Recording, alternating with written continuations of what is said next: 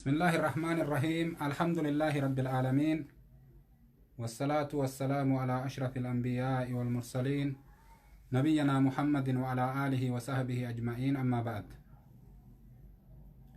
أكم جرتن أبوليوان كينا كيري دا. الحمد لله بغنا غان جراتن سنين جنة، وجزاكم الله خيرا. إن شاء الله كما بكمو سينا أبا بكري كيس جرا، سينا أبا بكري إرى اللي كتا جهفا جيني جرا فارونك الله هاتي. seenan abbaa bakrii waan heddummaatuuf akkuma taraa duraa keessa waliin dubbanne kutaa kutaadhaan qoonnee deemuurra jirra jechuu duuba. Darsiin kuni inshaallahu ta'aalaa darsii bareedaadha, isin fayyada jedheetiin yaada. Inshaallahu ta'aalaa jabaadhaa, itti hirmaadhaa.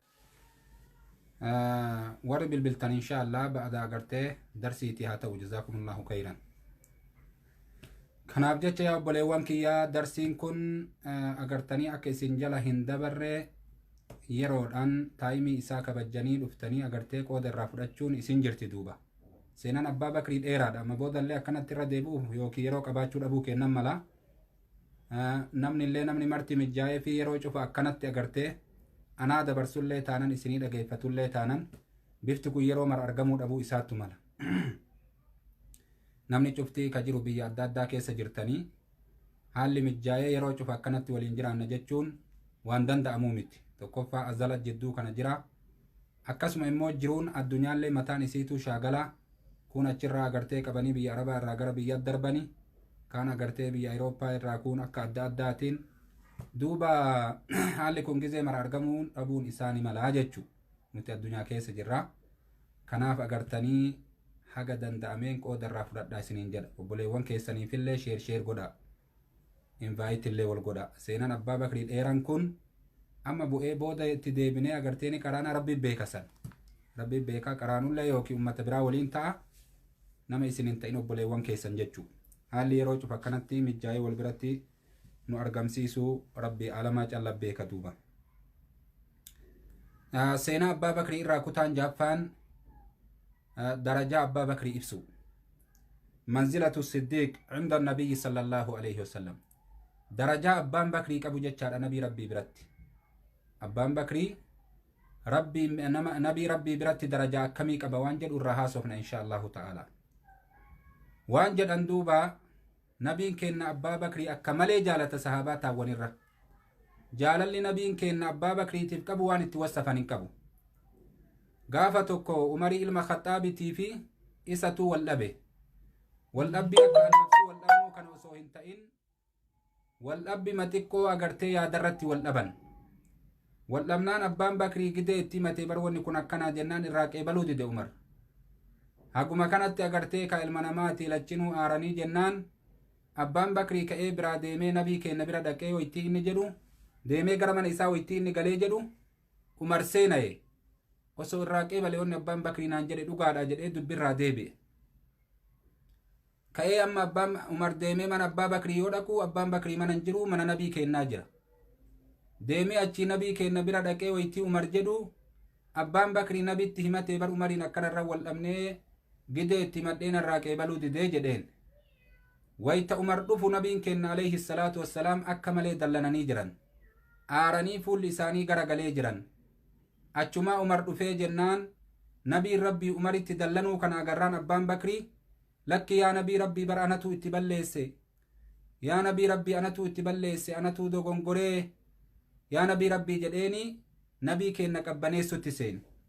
Nabiin kenna immootu alayhi salaatu wassalaam waan gaafa san jedhaniin keessatti inna allaha ba'athanii ilaykum faqultum kadhabta waqaala abuu bakrin sadaqa وواساني بنفسه وماله فهل أنتم تاركوا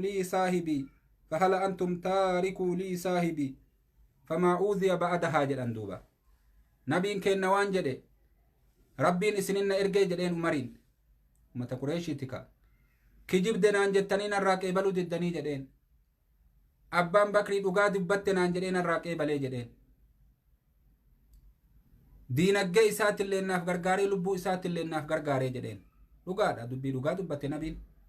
Maaliif jennaan gaafa Umar sahaabaa haadhu sahaabaan lolu gaafa inni islaameen gaafuma nabiin kenna ergame guyyama jalqabaa islaamee agartee Abubakri Siddiq umar hoo eega amata meeqati islaamaye kanaaf jecha agartee gaafa qureeshin guututti walii galtee nabii rabbii risaalaa rabbiin ittiin ergate ergaa rabbiin isa ergate amane ittiin erge qureeshin guutun itti kafarte guututti yoo jenne ni danda'ama gaafa san maaliif jennaan namni guyyaa duraa keessatti amane nama 3 yoo dubartii itti mayne nama 4 Aliyyi ilma abbaa Xaalibiitii fi Zaydii fi Khadiijaa niitii nabii kenna kun abbaa Bakriiti warri kuwwan faamilii nabii kennati iyyuu dhiise namni alarraa islaamee guyyaa duraa keessatti abbaa Bakrii calla ormi kun cufti kijibde jedhanii nabii kennan guyyaa san keessatti namni nabiidhaan dhugaa dubbatte jedheen eenyu Abu Bakri Siddiiq radiyallahu anhu Allahu akbar duuba nabii waan jedhe rabbiin isinitti na ergee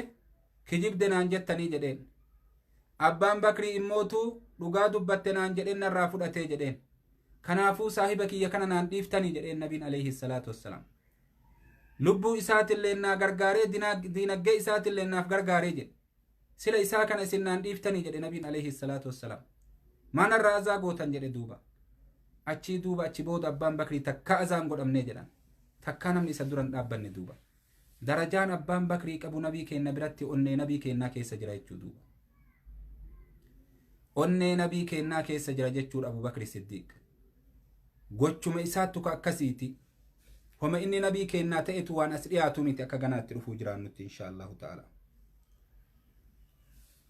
duuba nabiin kenna alayhi salaatu wassalaam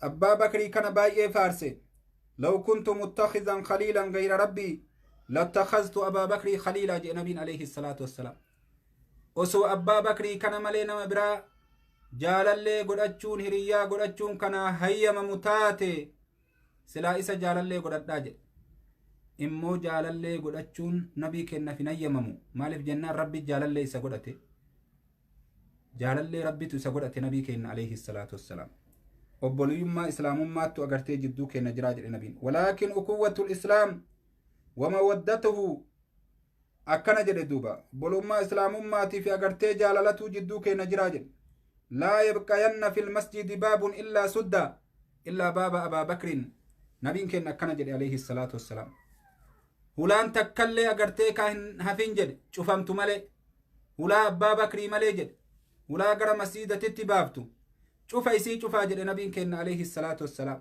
ta abbaa Bakrii callaa dhiisaa jedhe nabiin duraan agartee manni nabii kennaa ka inni nu masjidumaan marfamee jiraati hulooleen cufti agartee ka banaa qabdi amma cufaa jedhe cufa isii hulaa abbaan Bakrii agartee achiitti asiin seenu malee darajaa abbaa Bakrii mul'isuudha kun abbaan Bakrii darajaa inni qabu garsiisuudha duuba sahaabaa keessatti akkatti nabiin kenna ajaje alayhi salaatu wassalaam وقال النبي صلى الله عليه وسلم نبي كينا نجدا نقها فرحمن إسان الرت هاجرات ما لأحد عندنا يد إلا وقد كافأناه بها إلا الصديق فإن له عندنا يدا أكنجدا فإن له عندنا يدا يكافئه الله بها يوم القيامة وما نفعني مال قط كما نفعني مال أبو بكر ولو كنت متخذا من الناس خليلا لاتخذت أبا بكر خليلا ألا وإن صاحبكم خليل الله أكرج نبي عليه الصلاة والسلام الله أكبر أبا بكر نبي كن أكمل فارسي وان جد نما شفاك هركا نبرا قبو هركا إساق الچنة محمد عليه الصلاة والسلام nama cufaa ka galata nu biraa qabu ka tola nutti oolee nu biraa qabu maraa galata inni nutti oole tola inni nutti oole harka inni nu biraa qabu galchinee jedhe harka abbaa Bakrii malee harka abbaa Bakrii immoo rabbituu nurraa galchaa jedhe nuti galchuu hin dandeenyu rabbi guyyaa qiyaamaa nurraa galchaa jedhe nabiin alayhi salaatu wassalaam waanan fayyannee jedhe diinaggeen nama tokkollee akka na fayyadetti diinaggeen abbaa Bakrii akkana jedha nabiin alayhi salaatu wassalaam osoo jaalallee godhachuun kanaa hayyamamu taate nama biroo silaa jaalal abbaa Bakrii jaalallee godhadhaa jedhe immootu ana saahiba keessan rabbituu jaalallee godhatee jedhe nabiin alayhi salaatu wassalaam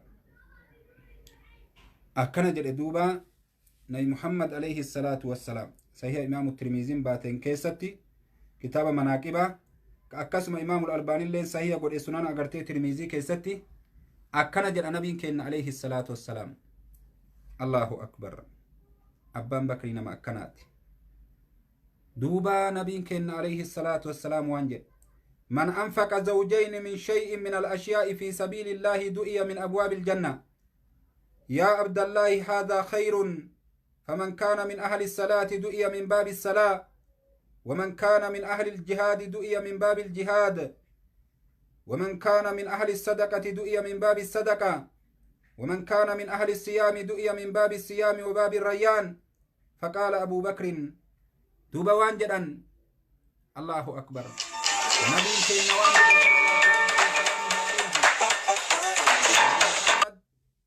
وانجدن namni gosa lamarraa waa kennate jechuu waan gosa lama kennate guyyaa qiyaamaadhaa hulaalee jannata hulaa jannata irraa yaamamaa jedhe nabiin alayhi salaatu wassalaam. karaa rabbii keessatti namni kennate hulaa jannata irraa yaamamaa jedhe.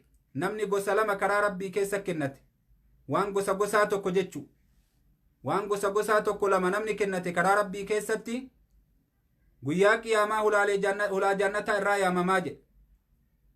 akkuma san namni agartee yaa abdallahi haadhaa khayrun jedhanii isa yaamanii jedhe. faman kaana min ahli sadaqati namni immootu agartee ka faman kaana min ahli salaati du'iya min baabi salaati jedhe. namni salaatullee agartee yoo namtichi nama salaaturraa ta'e guyyaa qiyaamaa hulaa salaatatti irraa yaamamaa jedhe. yoo ka jihaadaa ta'ellee guyyaa qiyaamaa hulaa jihaadaa irraa yaamamaa jedhe. yoo ka sadaqaa ta'ellee guyyaa qiyaamaa hulaa sadaqaa irraa yaamamaa jedhe. yoo ka soommanaa ta'ellee guyyaa qiyaamaa hulaa soommanaa irraa yaamamaa jedhe. baaburrayyaan ta jedhamtu kanarraa yaamamaa jedhe duuba abbaan bakrii waan gaafate sila hulaalee agartee ka 8 sanirraa cufarraa agartee yaamamuu keessatti rakkoo jira. sila yaamamaa tokkoon namaa yaa nabii rabbii agartee hulaalee 8 irraa jennaan qaala na'am wa arjuu an takuuna minhum yaa abaa bakri وفي رواية قال أجل وأنت هو يا أبا بكر. أكنا جاء النبي عليه الصلاة والسلام ولالي سديتان سنرى نمني توكوشي يا ماما جدئي غافنان إيه جدئين أتو ورّه ولالي سديتان سنرى يا ماما جدئي النبي عليه الصلاة والسلام ولالي جنة ولا صدقة ولا صلاة ولا صومنا ولا جهادا ولالي أدى تقوياك يا ما نمني سابا كيدتي في الرايامة مسان namni tokkochi irraa yaamamuu dandahaa jennaan atuu warra san irraa yaamamuu irraa jedheen nabiin alayhi salaatu wassalaam. Allahu akbar. way manaaqiba abbaa bakrii way darajaa abbaa bakrii rabbumatti eebduuba yaa obboleewwan keenna. nuti hulama takkatti iyyuu achirraa argannaan yaada keessa jira ummanni Muhammad. hulama takkatti iyyuu achirraa argannaa keessatti jechuu jannatuma sanulu ka ol kenna ibidduma rabbiitirraa iyyuu nagaha baanaa jechaa keessa jirra duuba. abbaan bakrii immoo hulaalee jannataa 8 irraa yaamama guyyaa borii. Allahu akbar. hulaa tanarraallee abbaa bakrii yaamama, tanarraallee abbaa bakrii yaamama, tanarraallee abbaa bakrii yaamama, tanarraallee abbaa bakrii yaamama, tanarraallee abbaa bakrii yaamama. yaa subhaanallah, hujii isaattu akkas isa godhe abbaa bakrii. abbaa bakrii ta'uun abbaan bakrii akkas hin taane hulaalee jannataa 8 irraa akkanaan hin yaamamne. wanni hulaa maraa isatti lallabaniif hujii isaati, gocha isaati duuba. akka ganaatti dhufnee baruuteen nutti insha Allahu ta'ala. yaa obboleewwan keenna yoo akka isaallee ta'uu baanne haa fakkeeffannu, yoo akka isaallee ta'uu baanne haa fakkeeffannu akka isaa ta'uudhaaf. bara akkana nama tokko ka jaalatan amala isaatirraa osoo waan tokkollee taatee ni fudhatan. nama tokko ka jaalatan akka isaa ta'uu barbaadanii bara. nama tokko ka jaalattu ka dhugaan jaalattu akka isaa ta'uu barbaaddaa bara. kanaaf abbaan bakrii nama numatti jaalannu ummanni muslimtoota nabii keenya jaalate awwalan. kanaaf akka abbaa bakrii ta'uudhaaf immoo seenaa abbaa bakrii beekuu nu barbaachisa. abbaa bakriitti fakkaachuudhaaf seenaa abbaa bakrii baruu nu barbaachisa. abbaa bakrii waan inni ta'e beekuu nu barbaachisa. maaltu hulaalee 8 jannataa sanirraa isa yaamsisee beekuu nu barbaachisa. maaltu abbaa bakrii akkas godhee beekuu nu barbaachisa. hojii abbaa bakrii takka takkaan ka kitaaba keessatti barreessanii kitaaba guddaa isin agartan kana kitaaba yoo ati ilaaltu Bukaarii fakkaatu kana kitaaba guddaa kana keessatti seenaa Abbaa Bakrii agartee ka dubbattee ati keessa bahuu hin dandeenye kana barreessan duuba. Yaa subhaanallah, maaliif duuba kun akkanumaan nuun barreessine warri barreessellee akka seenaa isaa kana nuti barannee isatti agartee fakkaannuufi akka waan inni dalage san yoo guutullee dalaguu dadhabne haga tokko irraa qabannee guyyaa borii saffii Abbaa Bakrii keessatti argamnuufi insha Allahu ta'ala wani nuu barreessaniif akka barannuufi wanni akka barannu fedhaniif akka itti hidhannuufi yoo itti hidhanne ni milkooyna akka milkooynuufi duuba. Rabbiin jazaa isaanii haa deebi'u warra barreessee nuu dhiyeessellee. Seenaa Abbaa Bakrii jechuu yaa obboleewwan keenya. Seenaan sahaabdotaa guutumatu seenaa. Seenaan Abbaa Bakrii keessattuu ka addaati. Qaceela qabadhaa duuba.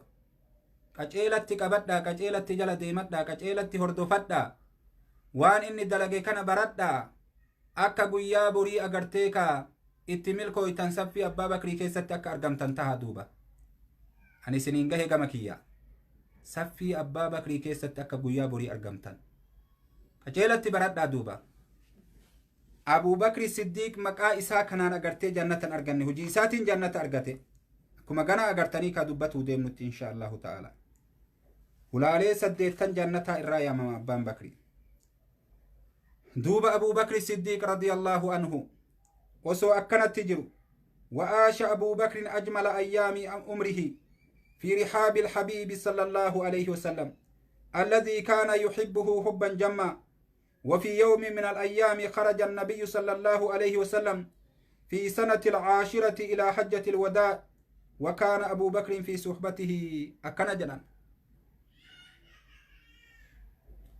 أبو بكر الصديق رضي الله عنه هاga jiraate ni jiraate jedhan tika nabii keennaa jalatti bobaa nabii keennaa jalatti nabii keennaa gartanii ka akkaan jaalata jedhan jaalala guddaa ta'e akkana jedhan duuba akkaan jaalata gaafa tokko agartee hijrarraa ganna 10ffaa keessatti nabii keenna waliin hajjatul wadaa hajjii dhaammannaa ta jedhan ta nabiin keenna achi boodan deebi'in achi booda hajjittiin deebi'in ta gaafa san dhaammatee nabiin keessaa gale ta achi booda addunyaarraa gale gama isii sanii nabii keenna waliin deeme jedhan Abu Bakr Siddiq radiyallahu anhu.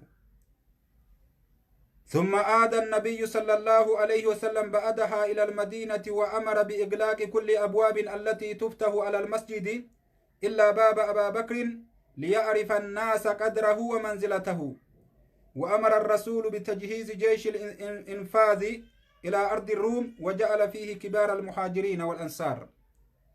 دبوان جدًا نبي محمد أغرتي حجة الوداع كيست أمتي أمة الرت وان أمتي أجرى كأيغر مدينة ديبي ويتغر مدينة ديبي نبي كينا هلولين قام مسجدا بابتو شفت أكا شفمتو أججي هلولين شفتني شفمت هلا أبا بكري ملي أبا بكري جلتها في دوبا كوني مالي جنان منزل أبا بكري قرسيسو درجاء إسا صدركا أبا بكري ألفودو نمن بين اللي أكبرتو قدو دف نبين كينا أكنا قد عليه الصلاة والسلام أكنا جنان إيغا سني أغرتني نبين كينا جيشي كرفيسي كبي يرومي ديمو جيشي سن كيست دوبا غرغدا صحابة نبي محمد كأكا أبا بكري فأتو جرا أمة مهاجر توتتي في أمة أنصارات تجرا أبا بكري في أمر فأجرا وجعل قيادته للفتى أسامة بن زيد الذي لم يتم 20 من عمره أكنا جنان قافا جيشي قررومي إرقود أفكر في سسن نبي محمد عليه الصلاة والسلام هقنا جيشي سنيئين نقول جنان أسامة بن زيد كأمرين إساء متدي دمن قوتين قاف سن أمرين إساء متكل أسدد جداني إساء كنا أغرتي جيشي سنرتي في لنبي كين عليه الصلاة والسلام جيشي أبان بكري كيس جرو جيشي عمر كيس جرو جيشي أبان عبيدة كيس جرو جيشي أغرتي قرقودان صحابة نبي محمد كيس جرو جيشي كنا نبي محمد عليه الصلاة والسلام تاريني كيس إيرادا أسامة إلما زيدي إرتي قول إني محمد عليه الصلاة والسلام مالي فكنا قول نبين zaydin abbaa isaa warra ruumittu irraa ajjeese gaafa duula mu'taadha keessa harka sanillee haa kafalatuu nabiin kajeellaa qaba jedhan alayhi salaatu wassalaam duuba hikmaa godheef rabbuma aalamaattu beekaa tama namaa mul'atte irraa dubbatanii nabiin keenna alayhi salaatu wassalaam usaamaa binu zaydii ka umriin isaa agartee ganna 20 caalin isa kan itti godhe yeroo jeeshin agartee gandarraa ka'ee moggaa magaalaa madiinaa gahu maaltu argame nabiin keenna alayhi salaatu wassalaam dhibame duuba nabi muhammadni dhibaman salawaatu rabbi wasalaamuhu alayhi dhibee guddatu isaan qabate ka irraa hafuun dandeenye ka fuudhee ganda aakiratti galchuu deemu dhibee akkasii nabiin keenna dhibame yeroo kana jeeshin achumatti dhaabbate bakkaan sochoone magaalaa madiinaa daarii qaccematti dhaabbate jeeshin muslimaa achi biran dabarre duuba yeroo kana agartee ka abbaan bakriifaa Usaama binu Zayd illee achitti dhaabbatee jeeshii isaa achi dhaabee deebi'ee nabii keenna agartee wanta deebi'anii hubatan nabiin alayhi salaatu wassalaam dubbiyyuu hin danda'u akka malee hagooggamee jira duuba yeroo kana arge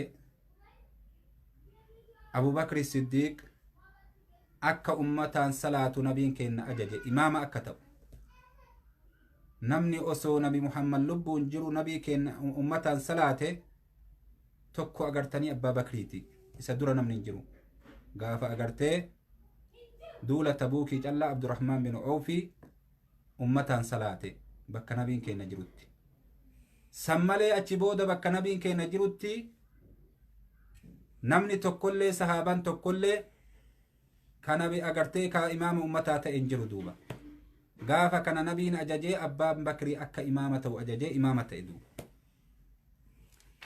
ummataan salaate akkana jedhan duuba Aishaan agartee abbaan bakrii nama qalbii laafu hin booyaa hin dandahu wayta quraana qara'u umariin ajajii yaa nabii rabbii agartee inni namaan salaatuu hin danda'u jennaan nabiin keenna lolee jalaa didee akkasi abbaa bakrii godhe darajaa isaa beeksisutu keessa jira jedhan asitti illee qadrii isaa ol fuudhutu sadarkaa isaa ol fuudhutu keessa jira nama nabiin keennaa imaama godhe eenyutu dura dabree imaama ta'a achi booda yoo nabiin addunyaarraa gale haala kanatti ture jedhanii eegasanii osoma akkanatti jiranuu kaa duuti ta nama tokkollee hin dhiifne ta abbaa keenna aadamiin jalqabde haga har'aatti agartee ta nu guuru jirtu tun dhuftee nabii keenna agartee onnee seentee nabii keenna ajjeefte duuba nabi Muhammad addunyaarraa ni gale salawaatu rabbii wasalaamuhu alayhi qissaan keessi dheeraadha ni gabaabsina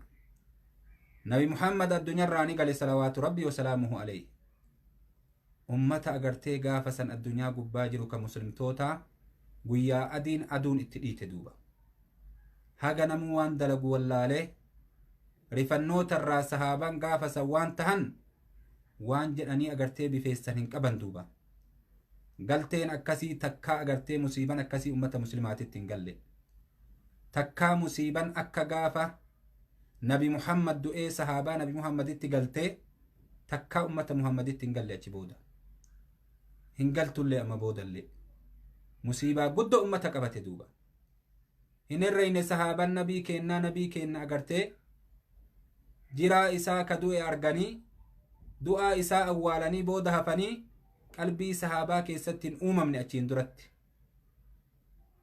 haga agartee gariin isaanii akka nama machaawee ta'anii ka akka umariifaa akkamitti agartee nabiin hin duune akka nabiyyanaa Muusan agartee ka baallamaaf deeme hin deebi'a warri du'e jettan kun isin munaafiqa yoo nabiin deebi'e isin hin dhiifnu takka morma isinirraa guurra jedhe mee namni tokko amma booda nabiin du'e jedhaa dubbadhaa jedhe umar machaawee jechu aqlii akka nama aqlii dabarseetti aqlii dabarsee waraanni nabii keennaa bakka jirutti bakka adda addaa ka jiru cufti ka akka Kaalidii booyanii bakka jirutti dhugaadhaa dubbiin kun jedhanii amanuu didanii qalbiin isaanii fudhachuu didde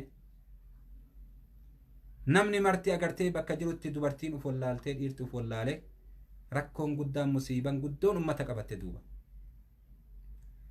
musiibaa san keessaa namni ummata baase Abubakri Siddiiq radiyallahu anhu wa ardaahu وجعله جنة الفردوس مأواه صاحب نبي كينا رفيو السيني نبي كينا دنغته فولا إساء الرادة چاسي لالي نبي كينا فولا كيس قد جدئ دنغته يا نبي محمد دوته جدئين دو أغرتي ربي ست مرتيسسا أما بودا أغرتي أتوان جرأت جدئ يا نبي محمد دوته خلاص دوته جدئين أغرتي دو أدوغار أسن دوته أچي قبه أمتا ولدت قبه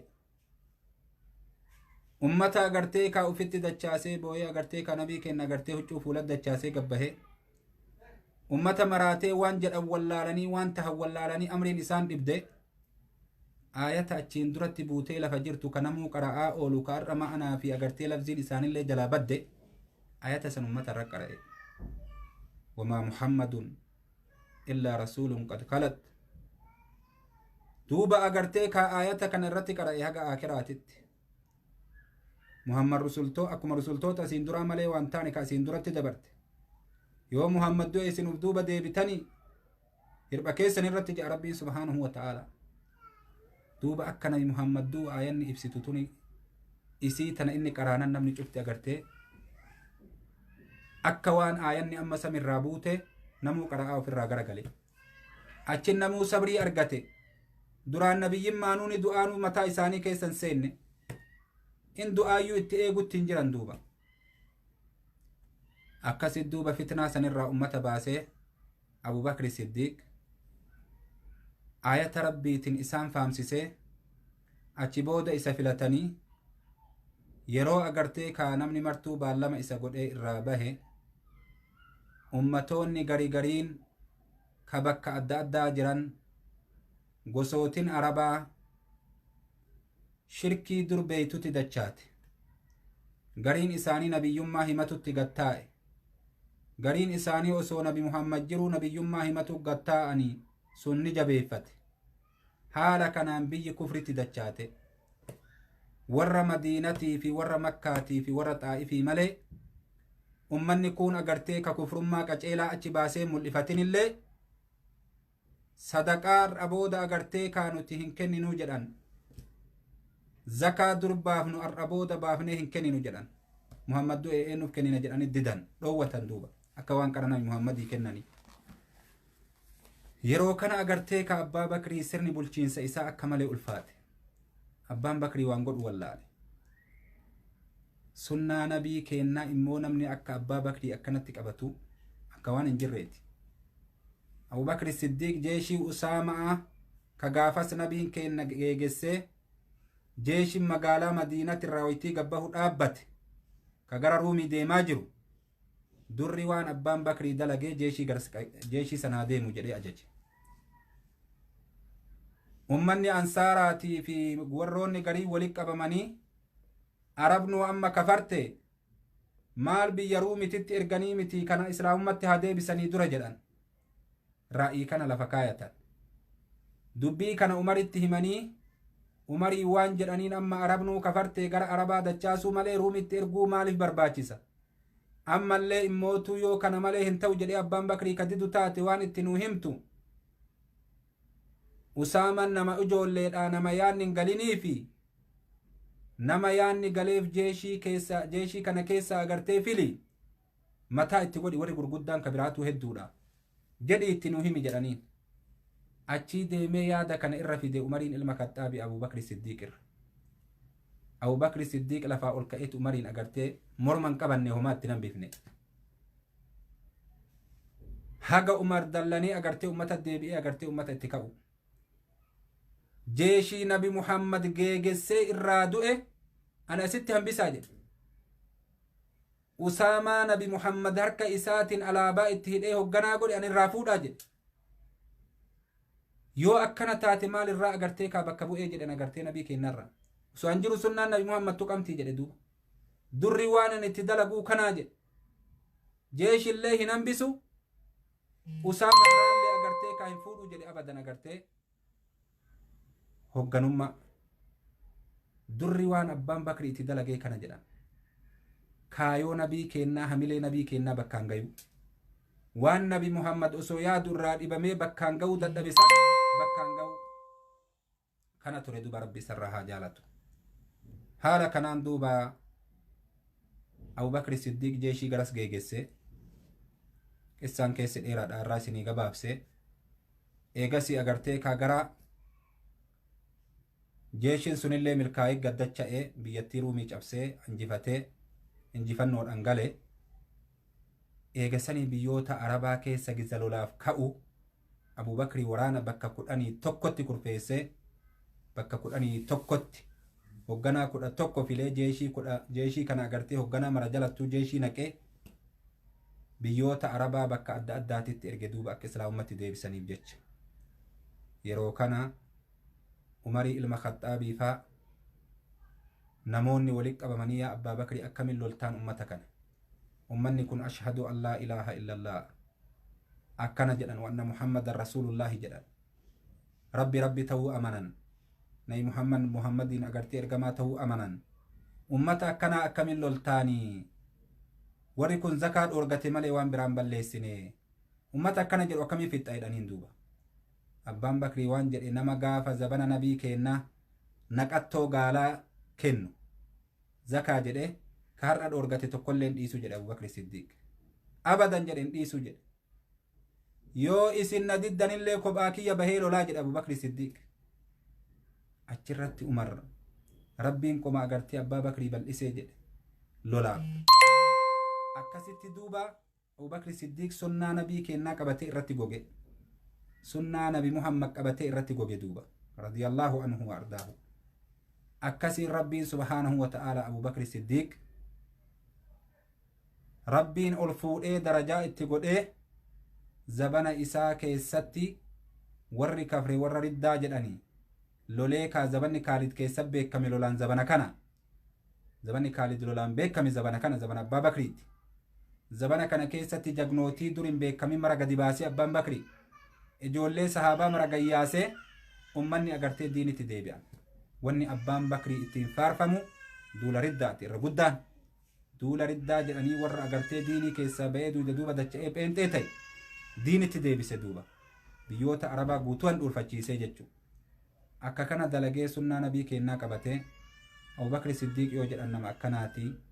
Nama darajaan isaallee akkanaati. Insha Allahu ta'aalaa seenaa Abbaa Bakrii akkanumatti agartee suuta barachaa deemnaa. Hordoffiin keessan na waliin haa ta'u isiniin jedhaa. Insha Allah haga sagantaa itti aanu walitti deebinutti nagahan nuu turaa. Har'aaf asuman dhaabnaa. Assalaamu alaykum wa rahmatullaahi wa barakaatuhu. Ma'assalaam.